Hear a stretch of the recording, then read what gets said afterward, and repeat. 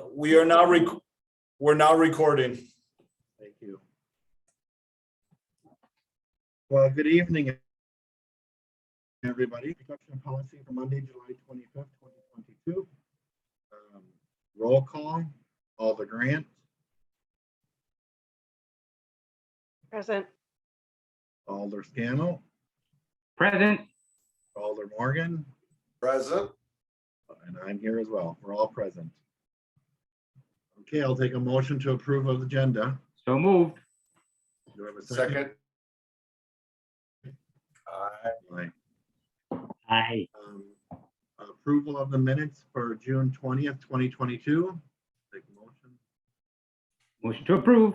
Alder Scannell. All right, do I have a second? Second. All in favor? Aye. All right, on to regular business. Little housekeeping. What we discussed tonight is just a recommendation to the Common Council, which will be on August 2nd at 6 p.m. So the first business is consideration of possible action on a request by Sora Hospitality LLC, Crown and Common, 39 Main Street, to temporarily extend their license premise to the parking lot on August 20th. Alternative date, August 27th, for a one-day event. I understand. You guys can all hear me okay, though? Yep. No, I have some problems with you guys hearing. So, Yeah. If you turn your face, it does get where we can't hear you when you turn. okay, thank you. All right, staff, attorney, No objections. law department. Yeah, no objections from the law department. Okay, I'll take a motion to approve. What about law? Police. Oh, please, yeah, sorry. I don't see Lieutenant Mahoney, so police department.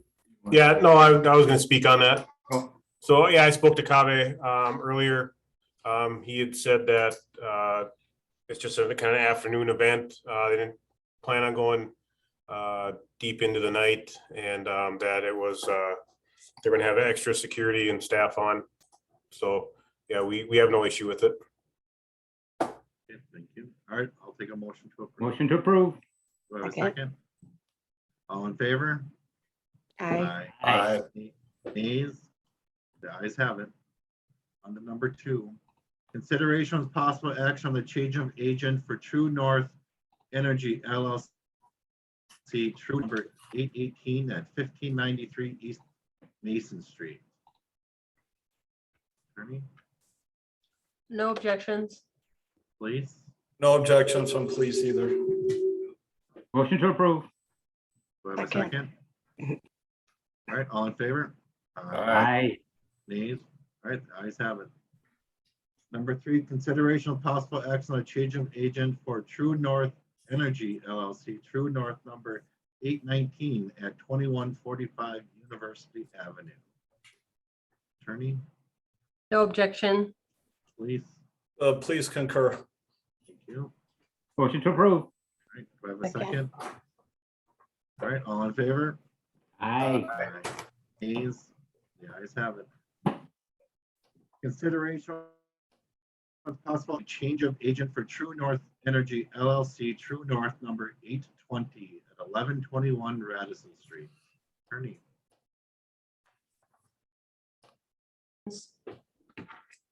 please. No objection either. Motion to approve. Do I have a second? Is that Alder Grant? Yep. Okay. All in favor? Aye. Nays? The ayes have it.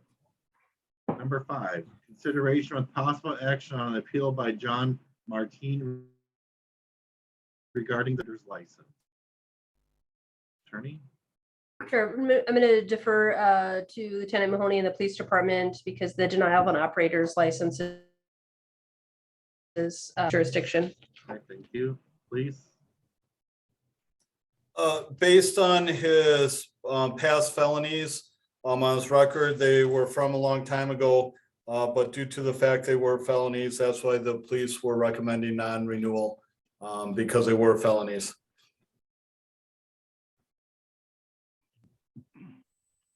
Is that in our packet? Is anyone here for this? going between two screens. Is John here?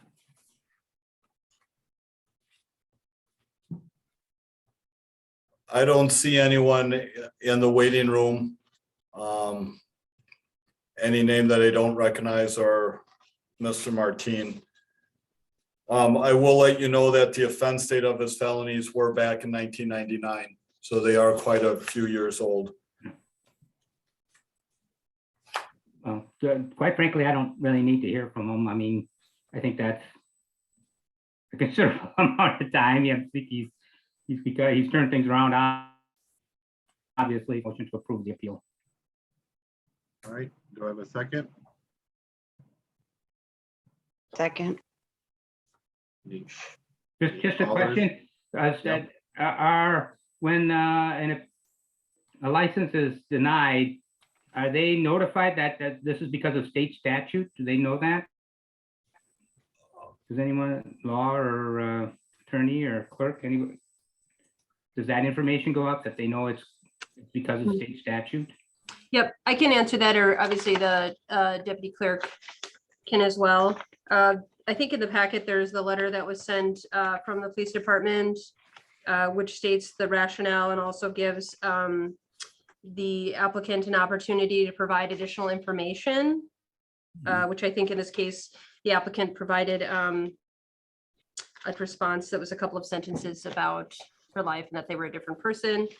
And then I also believe they receive a notification of this meeting as well, so. Thank you. Any other questions? Is this just to be a bartender or is he trying to operate an establishment?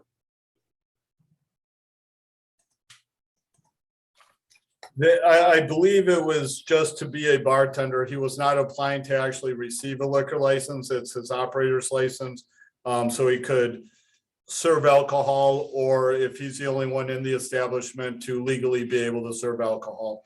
I don't know if it's at a tavern or a bar, or if he's working at a convenience store where they, if he'd be the only clerk, that he would need to have his operator's license to be able to sell any type of beer or alcohol. Thank you.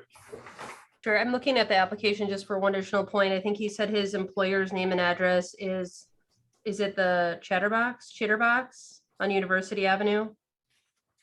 Does that sound right? I'm reading the handwriting. Yes, now I'm seeing it. Yeah, it's a Chatterbox. So that is a tavern.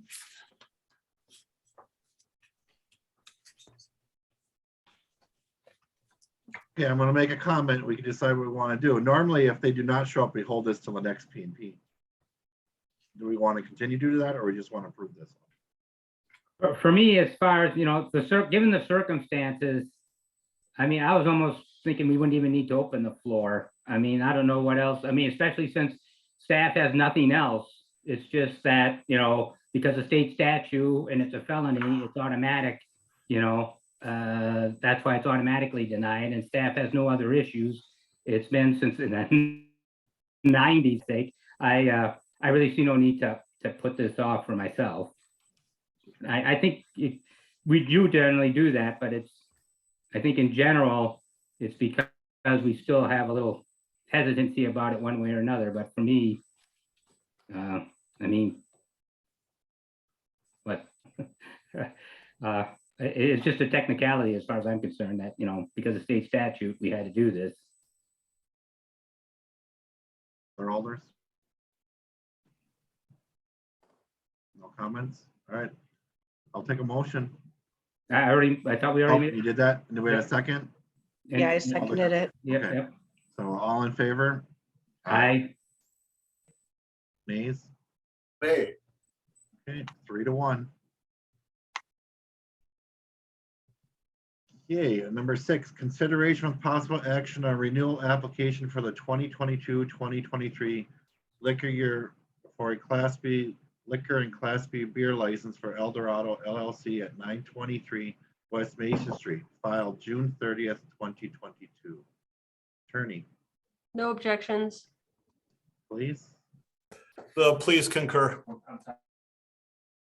All right, I'll take a motion. To Motion to approve. approve. A second. All in favor? Aye. Aye. Aye. Nay. All right. Consideration with possible action on the 2022 application for a Class A liquor and Class B beer license for ROA Enterprises, Inc. at 2278 Bay Settlement Road, filed June 30th, 2022. Attorney, No objections. please. Please concur. Motion to approve. Do I have a second? Second. Thank you. All in favor? Aye. Aye. Any nays? All right, that one's approved.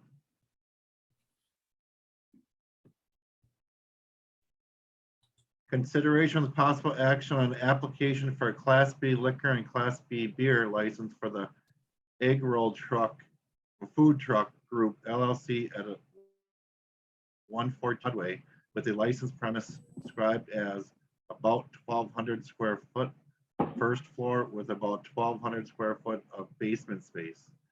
Previously licensed during the 2021-2022 license year as Pepper. Attorney? I just need to comment that it is in the Broadway moratorium area, but qualifies for an exception as a restaurant. So no objections. Thank you. Police? Please concur with law. Thank you. I'll take a Motion to motion. approve. Do I have a second? Second. Second. Thank you. All right, thank you. All in favor? Aye. Nays? The ayes have it. Okay, consideration of possible action on application for Class B liquor and Class B beer license for C at 1301 South Military Ave with a licensed premise description as family restaurant, motel, liquor, locked cooler, manager's office, small service bar. Licensed during the 2021-2022 liquor year as Bay Motel and Family Restaurant LLC. Attorney, is that a typo? I'm sorry, what? It says liquor closed. Is that supposed to be closet? That's possible. I'm not sure what it should be. I think they just copy it directly from the information in the application. Right, does that go on the license?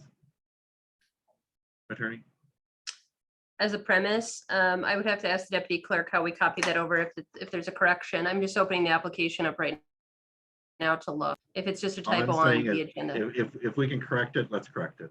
Okay. Yeah, we can correct that. All right, thank you. So, comments? Oh, so I was just commenting, I'm sorry, that this is in a moratorium area as well, but also qualifies for an exception as a restaurant, and it's a current business, just under different ownership. Okay, perfect. Police? Please concur with law. All right, thank you. I'll take a motion. Motion to approve. Do I have a Second. second? All right, thank you. All in favor? Aye. Aye. All right, the ayes have it. Consideration of possible action on release of 2021-2022 Class B beer and Class B liquor licenses to the pool of available licenses due to no action taken for the 2022-2023 liquor year. Attorney, No objections. please. Please concur. I'll take a motion. To approve. So Do I have a we're second? leasing, that's the action? Yes, they're being released back to the pool of available licenses for future applicants. Okay, I'll second, if it hasn't been seconded. But I do have a question Sure. as to, I don't remember ever doing this before. Isn't it just automatic? Need to go through council? Deputy Clerk, Amy?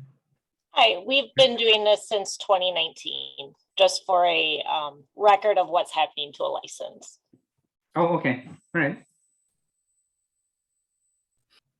Answers your question. All right, I'll take a motion. Well, I think we had a motion in a second, right? Mhm. We did? Yeah, I seconded and Alder Grant Okay, perfect. So all in favor? Aye. Nays? The ayes have it. Thank you. So consideration with possible action on the release and license for the Cannery Market LLC at 320 North Broadway to the pool of available licenses. Attorney? Sure, I just want to state that we appropriately sent a notice to the cannery and their attorney who was at the previous council meeting about the non-renewal. She acknowledged that, and we did not receive a request for an evidentiary hearing. So no objections to the release and return of that license to the pool. All right, thank you. Motion to approve. Do I have a second? Second, All in favor? Aye. Nays? All right, the ayes have it. All right, on to informational. Number one, the office liquor licensing report for July 25th, 2022. Deputy? Yes, thank you. So this is just an introduction of report, just in regards to any pending applications and how many available liquor licenses, just for better communication to the community. So right now we have 155 available Class B or issued Class B combination licenses. We're allowed to issue 172. Currently have 6 licenses. Let's see. So the 6 available liquor licenses that we have released today will become available for anyone to apply on August 3rd, starting at 7:30 a.m. And this is based off of anyone who submits a fully completed application and is a first come, first served basis. So August 3rd, anyone interested in a new liquor license is a very important number. In addition, we do have 23, we can issue up to 23 reserve licenses, and the city of Green Bay has issued 1. And that's all I have. All right, thank you. And the reserve licenses, those cost though, correct? $10,000? Correct, yes. So if once our available licenses are depleted, a liquor license holder does have a option to go for a reserve license. The reason why those aren't necessarily as well received is there is a one-time non-refundable $10,000 issuance fee, plus the license cannot be transferred or surrendered. Any other questions for the deputy? If not, we'll go on to number 2. Liquor violation and police reports. Police department. Well, Lieutenant Allen, you're muted. Yep, we had one property referral. We had a large disturbance at the Ticara MetroCon, which is at Mason and Roosevelt. About 30-40 people disturbance up there. Myself and a couple of CPs had a meeting with the owner up there, and they're familiar shooting that night. It was over a slash tire that happened at a different location. They all ended up in the parking lot there and had a large disturbance. As far as the owner, we met with her and her security staff. They have up security. They know who those people were that had the disturbance. They're not allowing them into the restaurant anymore. They've stopped serving alcohol at night. And for the first couple weekends, they shut everything down at about 1 o'clock in the morning. They normally stay open till 3 a.m. serving food. They're also working with the landlord. They got some better lighting. The lights shut off at about 11:30 at night, so it was pretty dark there. With contact with the landlord, he has the lights back on for most of the night. So there's better lighting in the parking lot. We did a follow-up about 2 weeks later with them, and everything seems to be going well. From that original disturbance, we did cite a few people out of that disturbance, and we continue to check in every few weeks, and everything seems to be going real well. And then one of our CPs in that area, also things going real well there too. So no other disturbances since then. Alders, any questions? No, just good work. Thanks. Well done. Thank you. All right, on to number 3. Information only automated license plate reader pilot program presented by Chief Davis on the use of automated license plate to collect license plate date for use in law enforcement investigations. So we will turn this over to Chief Davis. Hi, everybody. Nice to see you as always. If it's all right with you, I have just PowerPoint slides, if I can share my screen. So we'll see. No, I'm not enabled to screen share. Lieutenant Mahoney? Stand by, chief. I'll try and grant you that permission. Thank you very much. So in the meantime, well, that's up. Just a little background on this project. So this pilot project actually was initiated about a year ago. It's me with the police department. I found out about it after I got here. And the idea was to set up a 60-day pilot project, and then based on the results of that, make a decision. And this came, I think there was an offer from a vendor called Flock Technologies. This basically free 60-day pilot project. Automated license plate reader in a nutshell, and I'll show you a picture of what it captures here in a minute. But automated license plate reader technology usually takes one of two forms. There is a, I can share my screen now. So.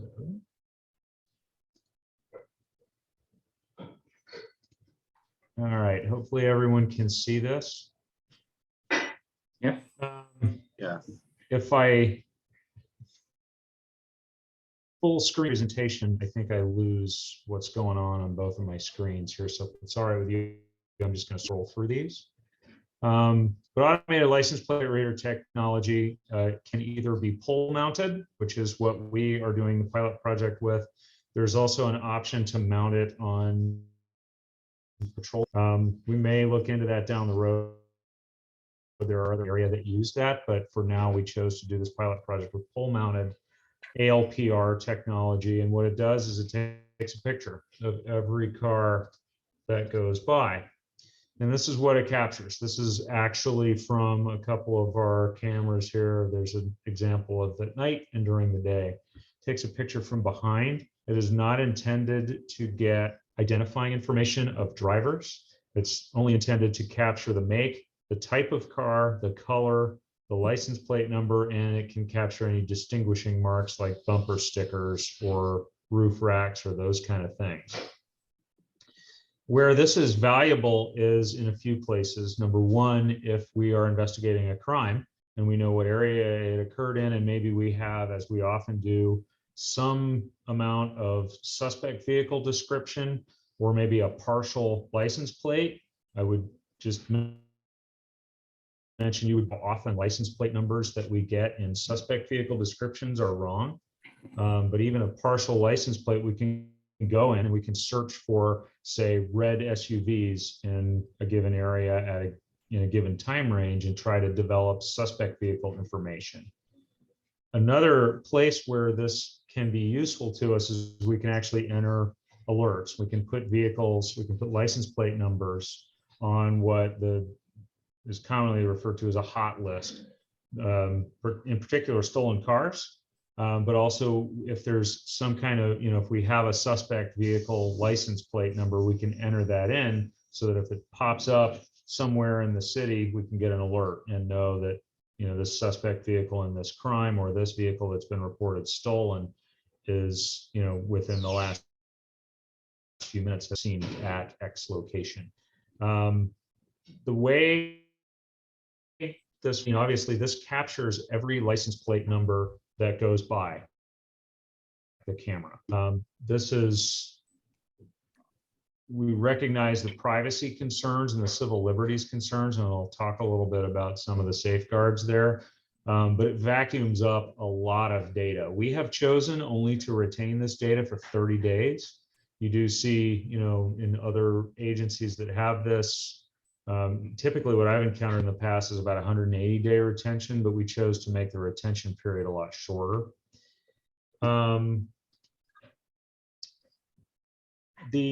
A few things about the locations that we selected for these. There are 28 cameras throughout the city, and we focused on areas with lots of traffic. One of the things that we know about crime patterns in our city is a lot of crimes, particularly violent crimes, seem to involve. And so what we wanted to do is position these cameras on major arterial streets, freeway entrances, exits, common routes people take coming and going from the city, each of the bridges over the Fox River.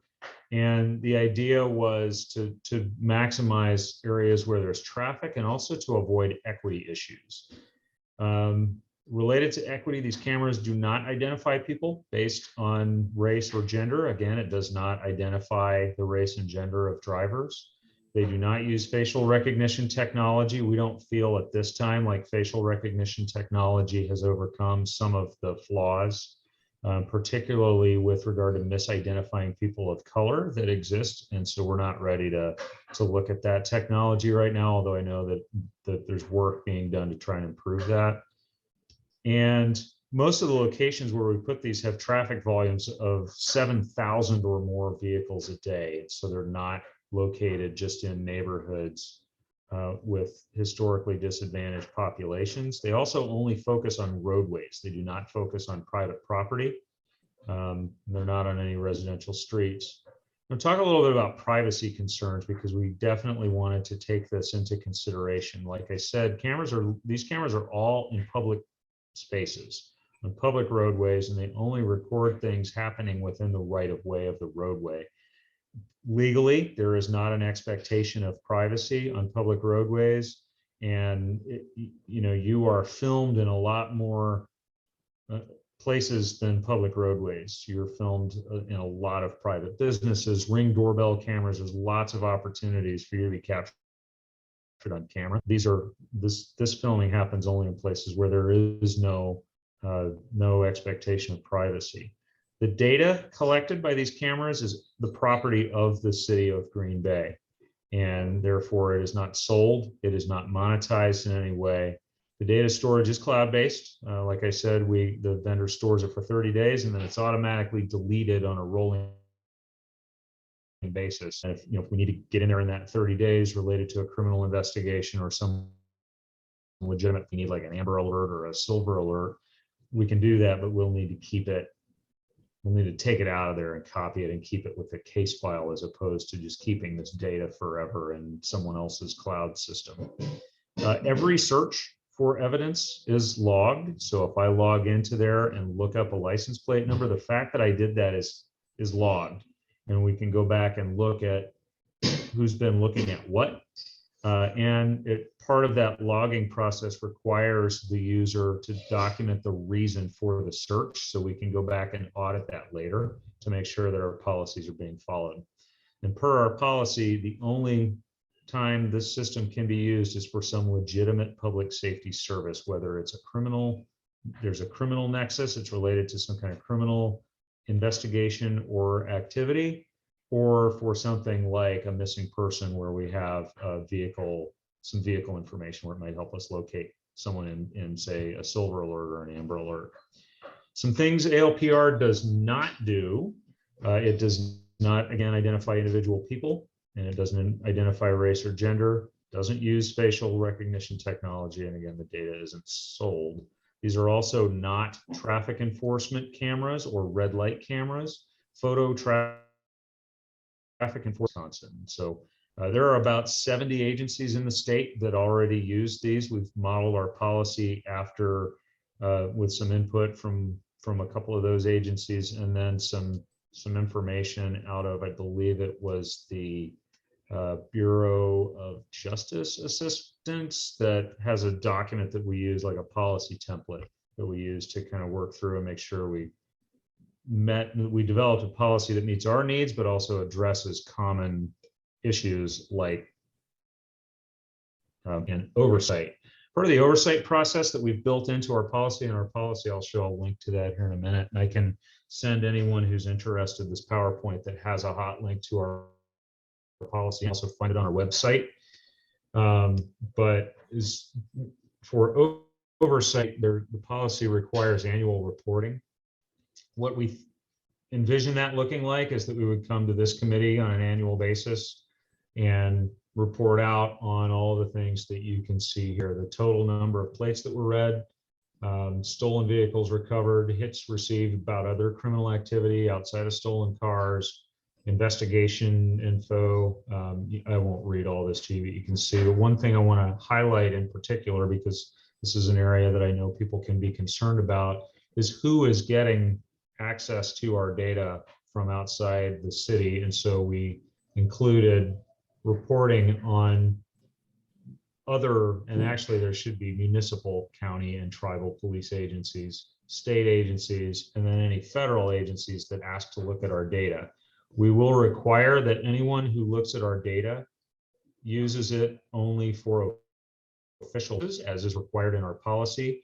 And that is accomplished in one of two ways. The vendor that we use right now has a lot of agencies, and other agencies can share with each other via the flock system. And so the user agreement with the vendor requires that use be for some official business. If someone wants, who is not on the flock system, wants to come and just get access to our data, we'll require them to sign a data sharing agreement that stipulates that the use will only be for legitimate public safety purposes. We also want to share notable case results and then anonymized versions, so we don't violate rules around confidentiality for personnel records, but just summaries of any instances of misuse that we recover and what corrective action was taken. I'll finish by just sharing, we've already had a pretty notable success story with this. Not long after it was switched on, this was on June 24th, there was a assault and shots fired case in the area of Chestnut and 9th Street. The victim was able to give a description of the suspect vehicle, which traits to it, as well as a direction of travel where the suspect vehicle was seen. We were able to get into the ALPR system and search just vehicles matching that suspect description in the area we were looking for. And we located the suspect vehicle, which then in turn gave us license plate information that we were able to use to locate the suspect and take them into custody within hours of this incident happen, instead of, sometimes longer periods of time it takes when we don't have tools like this. So here is our policy. Like I said, there's a link to this and I can send this to all of you. Cost estimates, this is always important. For now, the pilot project in the 60-day trial period, which began July 1, there's no cost for that. The vendor has installed all the equipment already. And then where the costs kick in is if we decide to implement it permanently. We have the rest of this would be about $77,000 because there's a $7,000 startup fee, and then it's a subscription by the number of cameras. To continue with this on a permanent basis, the annual cost for at least year 1 and year 2 would be $70,000 a year. The vendor will only commit to those prices, obviously, for a couple of years, and then I'm sure normally costs for things like this don't go down in the out years, so I would anticipate there would be a little bit of an increase going forward into the out years. We've identified $66,000 block grant funding that would be eligible to cover the majority of the first year cost. And then we just have to find the additional $11,000 in there, and a $28 million a year budget. It's likely that we would be able to find that budget, but then we would need to identify for year 2 in the out years. So the timeline and the next steps are, we'll complete this pilot project. That'll wrap up on September 1st. So in the month of August, we plan to evaluate the results, draft a report, and then come back to the finance committee with a plan to and require one funding, which again, we think we've got all but about $11,000 of, and then seek count after that conversation, hopefully. And then one of the variables that we're still working on is determining funding options for year 2, and that will probably just go in our overall budget request for the police department. It's a pretty small amount out of, again, a $28 million a year budget. What we hope is to find out about this is if this is an efficiency that can save us money somewhere else in terms of personnel costs. Could this save us, probably not necessarily in terms of reducing the number of positions in the police department, but this could make future requests for additional personnel resources a little less, because we get a return on the investment for the city out of this and not just keep adding things to the budget. Hopefully all that makes sense. I will turn the share off at this point and happy to answer any questions that y'all have. Alder Scannell. Chief, what analysis with this, when it's reported out? Like a spreadsheet or something? Well, we certainly could include that in any information that the council wants, but we do know, like I said, it's a straight up fee of $70,000 a year for those first 2 years. And then we would, where one place that council would see the cost of this thing would be in subsequent budget years, because this becomes a program in the overall police department budget. Right. But could we get a sense of how much is being saved and where it's being saved as a cost analysis? Probably, yes. It's a little hard to quantify. Yeah, that's what I was thinking. But yeah, I mean, we would want to see in part of what the pilot project and then any implementation, any analysis after the implementation would show us is how the return on the investment. That's one of the things I'm hoping we learn out of this pilot project, is how to quantify that. You would expect, for example, to see some improvements in performance measures for time to closure of cases, time it takes to do investigations. Like I said, this technology enabled us to solve a shooting case within hours, that in the past, had we not had access to this and only had suspect vehicle information, it would have taken a lot more investigative time. Actually, we may never have solved it.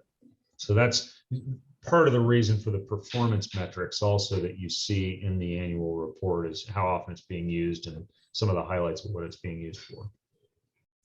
And with the other that are using this, have you heard any complaints or any concerns about from those departments about their implementation of the program? I really haven't. Almost all of what I have heard is other just success stories. Also, I come from a place of this technology for a number of years, and my experience with technology in the past is that it is a big help in terms of investigations and solve that we would never have solved otherwise. Okay, thank you. Alder Morgan.